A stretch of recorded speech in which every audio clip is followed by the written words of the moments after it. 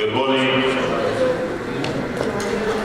Sorry to interrupt your breakfast conversations, which, let's be honest, in the workshop they're almost as important as the things that happen up here. And sometimes they can be more important, to be honest. So, want to welcome you to the second day here. First of all, to say thank you very much for your attention and participation yesterday. We thought it went very well.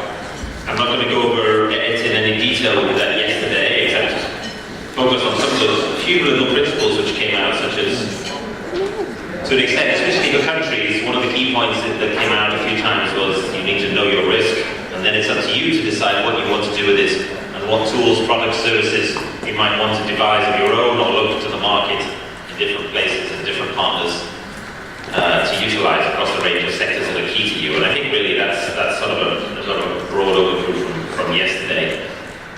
Without further ado, we want to start the first session this morning, and this is going to be facilitated by Kirill here, who is going to take the floor and going to introduce the session and take us through the morning.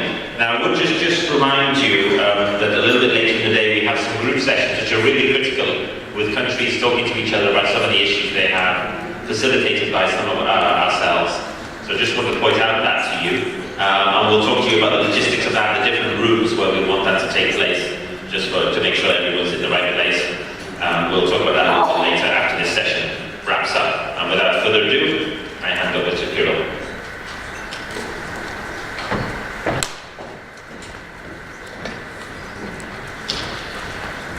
Thank you very much.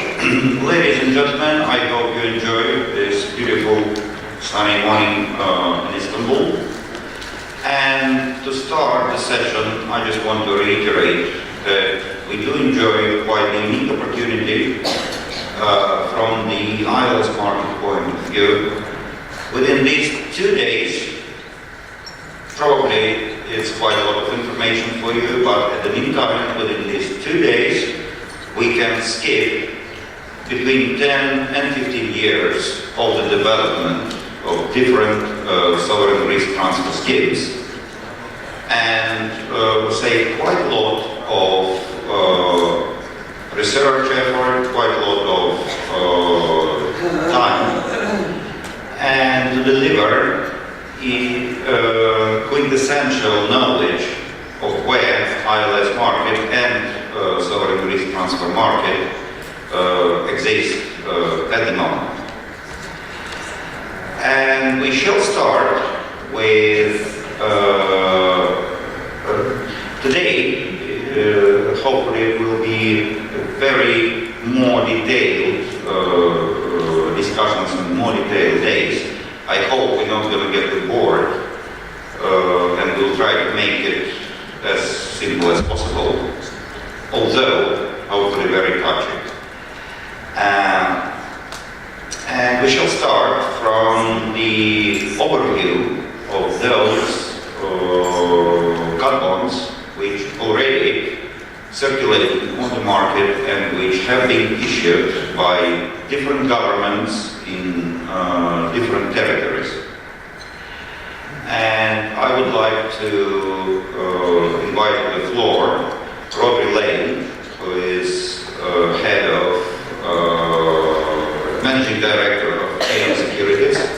We shall be very thankful for him because he directed his travels and comes to us from the sunny island of Bermuda, where these days ILS community is having major conference, one of the key conferences during the year. As we are a Bermudian company, I have to wave a little bit of Bermudian flag. Bermuda is something very special for the ILS world, and let me be sharp and straightforward. A, Bermuda is not an offshore territory, and B, Bermuda is playing key major role in the ILS business. More than 75, close to 80% of all global ILS deals are going through Bermuda, and my colleagues are going to catch this question, especially we've got a distinguished lawyer for this.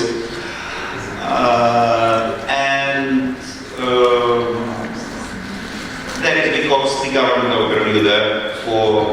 40+ years have been consciously building a regulation concentrated on the ILS business.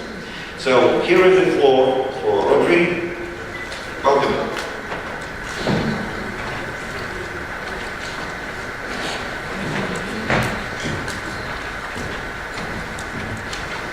Thank you very much. As introduced, my name is Rodri Lane. I am actually based in London, but I was in Bermuda yesterday, traveling from yesterday. There is as pointed out, a very robust ILS community focused on Bermuda. And there was a parallel conference going on down there for the last few days. But thank you very much. I want to take a few moments to go through existing government catastrophe bonds that have been in the market, a little bit of history, and take that to review that. So I gathered from yesterday we had the opportunity to go through some of the basics or some of the introductory remarks from some of my peers in the market on how catastrophe bonds work and what the insurance and security community is looking to do and what the risk transfer markets offer. I won't go into too much detail, too much background there, but essentially catastrophe bonds offer an insurance product that transfer risk to the capital markets or effectively position cedents or governments, insurance companies, reinsurance companies for financial resilience post-natural catastrophe event. And so we'll review some of those opportunities and some of that history there.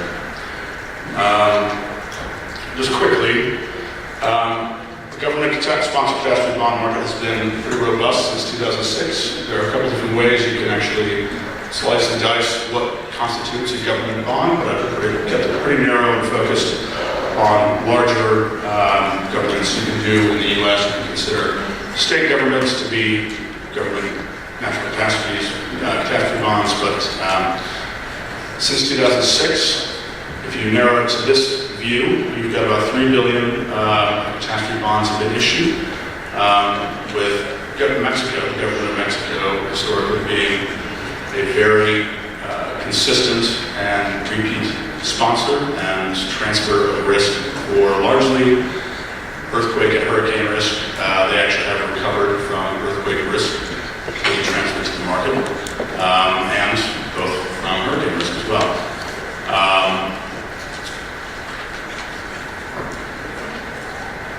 The issuances have typically been parametric in nature, and I'll review what exactly that means. I'm not entirely sure that was covered yesterday in terms of what parametric catastrophe bond was. But effectively, you've got 9 issuances, many of which, as I said, from Mexico. Turkey accessed the catastrophe bond in 2012, and again in 2015 with the Turkish Catastrophe Insurance Pool. There is the World Bank sponsored Caribbean Catastrophe Fund. Overall, again, it's very much, there is a robust appetite from investors to accept risk on a very narrow and focused geographic scope. And with parametric risk being transferred, it's very transparent and easy to accept. I think the thing, if you look at the geography, the shaded areas are really where catastrophe risk is being transferred. I think with this map, outline here shows this pretty stark contrast in where risk has been transferred and where it hasn't. It's very obvious that there is a significant amount of capacity to take on risk for different parts of the world that haven't actually accepted government-sponsored catastrophe risk. And if you were to actually broaden this out to include insurance and reinsurance risk in particular, not government-sponsored, this is focused entirely on government-sponsored. You have Turkey, the United States, Mexico, Chile, Colombia, Peru, and a collection of Caribbean islands. Not much more is being transferred around the globe in terms of just general insurance and reinsurance risk. So there is an appetite, I think. The message here is that there is an appetite for insurance companies, capital markets investors willing to take on risk to diversify where they accept risk from. Generally, you have Europe and you have Australia. It's really what would broaden out this market. If you look at insurance and reinsurance companies transfer risk, it's not that much more than this.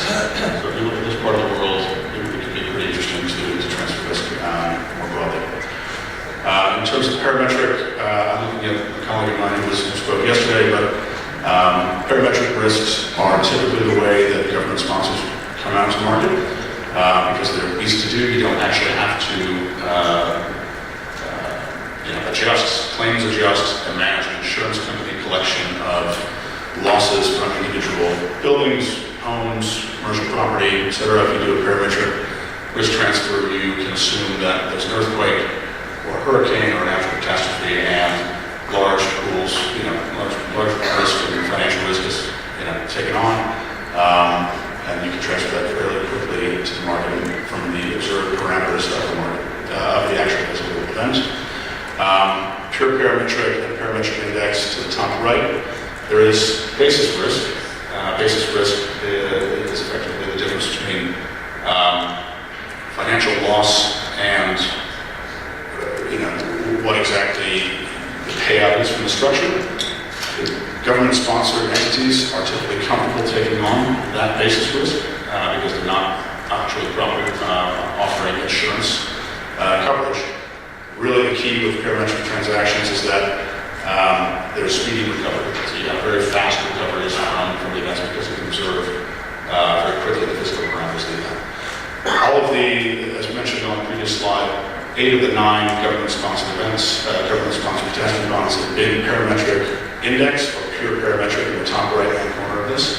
Only one recently to date, actually issued by the U.S. government earlier this summer, is an indemnity trigger transaction. So there's a number of different ways that you can kind of cut this, but moving more towards indemnity, you slow the recovery down, you reduce basis risk, but the only bond of that example is a U.S. government-sponsored bond. So my point in bringing that up is that there are several countries accessing catastrophe bond limit and risk transfer capabilities from the insurance and security capital markets, mostly in pure parametric. I won't go through this, I've already kind of covered that.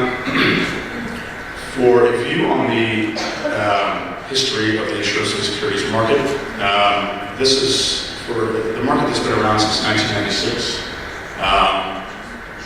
Historically, there have not been that many recoveries from catastrophe bonds. There have been about, as you can see here, about a dozen or so, several bonds that have recovered or lost money based off of actual events,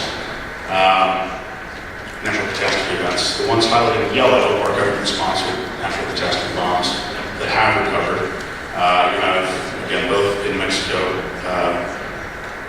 parametric occurrence for Hurricane Patricia, and then also the parametric recovery last summer in 2017 from an earthquake in Mexico. Interestingly, with that bond, we'll cover that in a little more detail in the next couple slides, but the interesting thing about that natural catastrophe, the parametric earthquake, the second highlighted one there,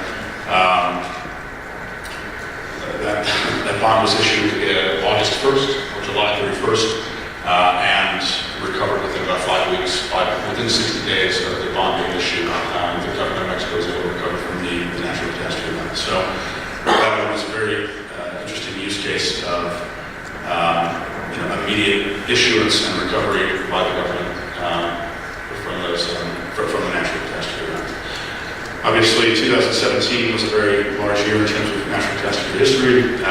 Several events, Harvey, Irma, Maria, Matthew, before that, and the wildfires in California. Several bonds have been recovering, but those are generally for insurance and reinsurance companies, continue to see that over time.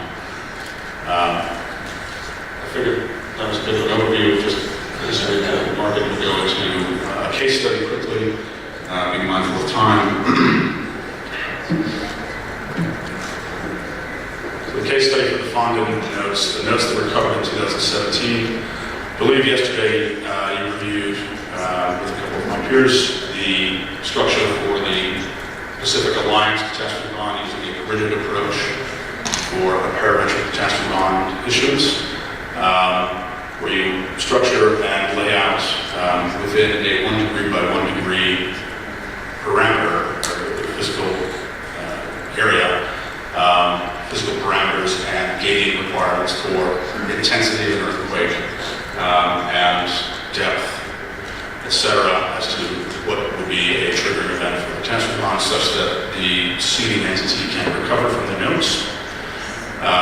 This was sponsored again at the very middle of last summer, 2017, and within 60 days you had the Chiapas earthquake, which is noted as the star in the bottom right there of the notes there. So effectively, these are structured, these 4 boxes are structures of, depending on the level and intensity of the issue of the natural catastrophe event occurrence, you have a certain level of recovery, 25%, 50%, 75%, or 100% of the catastrophe limit. You have Chiapas, which occurred with the latitude and longitude in this specific box, which is pre-designed and predefined to have a certain level of recovery, given a certain amount of intensity, and again, within 60 days of the bond being issued, $150 million had been invested by catastrophe bond investors and had been lost and recovered immediately by the government of Mexico. Used for relief efforts, and frankly, it's an interesting mark for the catastrophe bond insurance and security space because it shows proof of concept. It demonstrates if you pay for and you set up and you establish in advance a risk financing and resiliency approach, you can have a successful recovery from bonds and from the insurance and securities market. Frankly, 2017, as listed on the previous slide, has shown with a number of events the ability for several bondholders to transfer bond sponsors to transfer the risk to the insurance and securities market. I'm going to pause and I'm going to ask how am I doing on time? Yeah, okay. 5 more minutes, okay. Right, so that's one case study. I think you went into detail on the Pacific Alliance, just to show a slightly different case study. I believe you went into detail on this yesterday, but that's a very interesting bond. It was issued earlier this year with 4 classes of notes covering Chile, Colombia, Mexico, and Peru. Mexico, again, has been a repeat sponsor. The other 3 countries have been the first time they actually come to market and been represented in the ILS space. It was the second largest catastrophe bond ever sponsored. I think most interestingly, the fact that following the use case that we just went through, the 2017 Chiapas earthquake event, the structure that was issued for Mexico, the 2 classes of notes in Mexico, immediately at the end of the year, within months of the first 2017 notes completely being eroded and principal lost by investors, the sponsor came back out and investors immediately reloaded and offered capacity very quickly again to the government of Mexico as in their specific class of notes. There wasn't a delay, and frankly the pricing and the cost of buying the security net coverage again from the capital markets was not very expensive. It was relatively the same. It didn't increase. Though investors lost $150 million, the market came back and supported the government of Mexico very quickly in this second issuance of the Pacific Alliance catastrophe bond. Won't go through that, but I think, again, to point this out, this is a pretty interesting use case of this rating mechanism, which has become sort of a stable trigger mechanism in our market flow since 2015. For contrast, the Turkish catastrophe insurance pool, the TCIP bond that was issued in 2015 and 2012 by the government of Turkey used a slightly different trigger mechanism that was an industry index, a parametric index, taking physical parameters of moment magnitude of the an actual event and creating an index source of that. This is a much more simplistic approach that we've been using and implementing into our structures in the market in a very transparent use case. Just quickly, I'll cover this. The other interesting development in government-sponsored bonds, as I said, the U.S. government-sponsored bond earlier this summer. It was sponsored by what's called FloodSmart, sponsored by FEMA, which covers the National Flood Insurance, which is a subsidiary of FEMA. It is the National Flood Insurance Program.